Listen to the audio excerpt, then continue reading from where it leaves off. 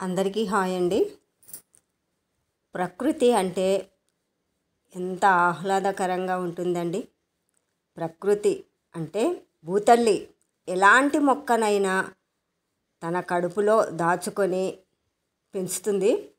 ఎంత పనికిరాని మొక్క అయినా కూడా ఆ భూదేవి తన కడుపు నుంచి తన బిడ్డలాగా తన బిడ్డలే అనుకొని చక్కగా ఏ మొక్కైనా పనికొచ్చే మొక్కైనా పనికిరాని మొక్కైనా అంత తన తల్లి ఆప్యాయత ఎట్లా ఉంటుందో అలాగే చూపుతుంది.